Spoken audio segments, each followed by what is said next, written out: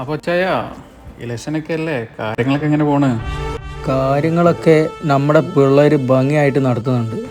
അല്ല ചായ, അലക്സുമായിട്ട് അച്ഛൻ എന്താ ഇത്ര ബന്ധം?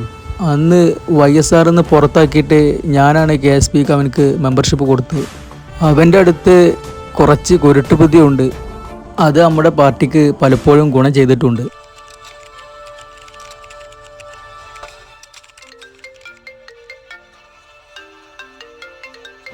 ഹലോ അലക്സ്, പറയും. നീ ഇന്നാ ന്യൂസ് പുറത്തു വിടുമോ? ഇന്നത്തെ നൈറ്റ് ബുള്ളറ്റ് ടെലികാസ്റ്റ് ചെയ്യും. നീ ഇന്നാ ഒന്ന് സൂക്ഷിക്കണം, അവരെ കണ്ണ് നിന്റെ പുറകെ ഉണ്ട്. അത് ഞാൻ നോക്കിക്കോളാം.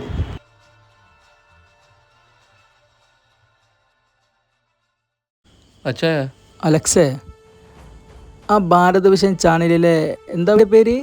സച്ചി. ആ പന്ന കഴിവേറി നാളെ എങ്ങാനും ആ ന്യൂസ് പുറത്ത് വിട്ടാ കേരളം മൊത്തം ഞമ്മക്കെതിരാവും. മറ്റന്നാളാണ് ഇലക്ഷന്. നീ ഒരു കാര്യം ചെയ്യ്, ആ സൈമൺ എന്ന് വിളി.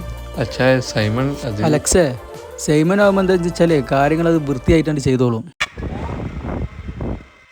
എൻ്റെ കണ്ടെയ്നർ മേലെ ആരെങ്കിലും കൈവച്ചാൽ അതാരാണെന്ന് അറിയാനുള്ള ആഗ്രഹം എനിക്കുണ്ടാവില്ലേ? അത് പറഞ്ഞാൽ അവരെന്നെ കൊല്ലും. പറഞ്ഞില്ലെങ്കിൽ നിന്നെ ഞാൻ ഹണിമൂണിന് പറഞ്ഞേക്കോ?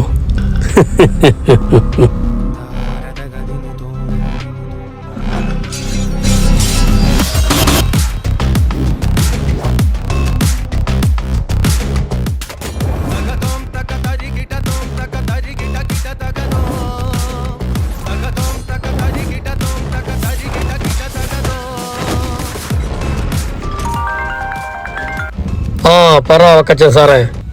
സൈമ, ആ ഭാരത് ഭീഷന്റെ മുരടുണ്ടല്ലോ, അവൻ നമ്മുടെ പാർട്ടിക്കൊരു വെല്ലുവിളിയാണല്ലോടാ. അതിനെന്താ വക്കച്ചൻ സാറേ?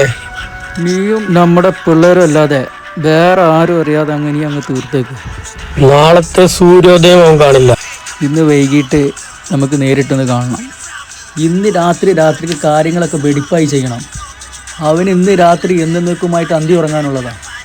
ആ കാര്യം സൈമണേറ്റ്